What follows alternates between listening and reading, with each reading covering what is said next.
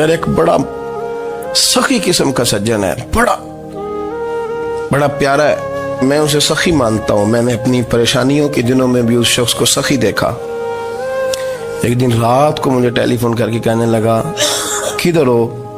میں نے کہا میں گھر ہوں. نہیں اکثر سفر میں ہوتے ہو نا؟ میں نے کہا طبیعت کیسی ہے؟ ٹھیک ہے, بس حال چال پوچھنا تھا. میں نے سمجھائی, میں نے کہا یار یہ کوئی مسئلہ ہے, ورنہ رات کے 2 بجے کوئی حال پوچھنے کو فون تو نہیں نہ کرتا, کوئی مطلب ایسا تو مسئلہ نہیں نا. تو میں نے بیک کال کی, میں نے کہا یار میری بات سن, مسئلہ کیا؟ کہ نہیں کچھ نہیں دل کر رہا تھا. میں نے کہا میری گل سن, رہے ہیں اسی 4-5 سال کٹھے, میں تین جاننا, اصل بات کر. کہنے لگا مکان بھی بڑا ہے, سارا کچھ ٹھیک ہے, پر وہ بڑا ہی بے نیاز ہے. کچھ حالات اس قسم کے آ گئے ہیں کہ لوگوں کو بتاؤں بھی تو لوگ ماننے کو تیار نہیں. زیادہ نہیں, مجھے نا تھوڑے سے پیسوں کی ضرورت ہے, کوئی 15-20 ہزار اگر مل جائیں میری ضرورت. آپ یقین کریں میں روتا رہا ساری رات.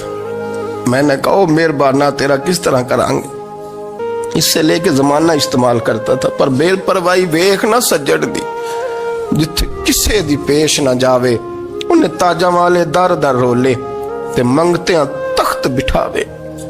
سجنا کسے نو کارا مل دئی, کوئی کعبے خالی آوے.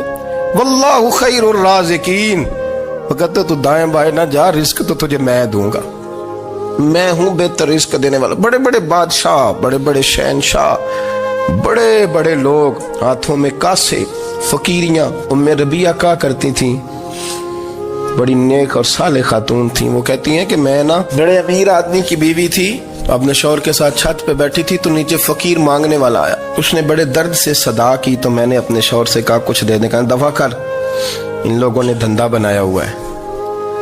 کہتی میں میکے سے بھی بڑا مال لے کے آئی تھی, میرے ماں باپ بڑے امیر تھے, تو میں نے نا چوری اپنے خامہ سے نظر بچا کے باتھ روم جانے کے بہانے گئی اور نیچے جا کے 5 دینار میں نے اس فقیر کی ہتھیلی پہ رکھے.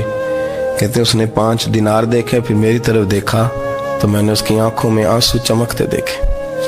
کہنے لگے بی بی رب تیرا بھلا کرے, میں 3 دنوں کا بھوکا ہوں. کہ وہ چلا گیا.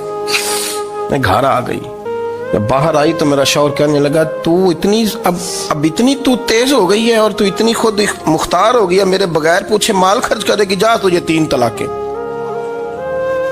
کہتی میں بالدار اور وزادار باپ کی بیٹی تھی, طلاق لے کے گھر آئی تو میرا باپ ٹوٹ گیا, چارپائی پہ چلا گیا. اوہو یہ کیا بن گیا. کہتی بڑی تکلیف رہی. 1-2 سال کے بعد میرے ابا نے میری شادی کر دی. اب جس شوہر کے پاس گئی وہ بڑا نیک تھا, پرہیزگار تھا, اللہ نے بہترین صلہ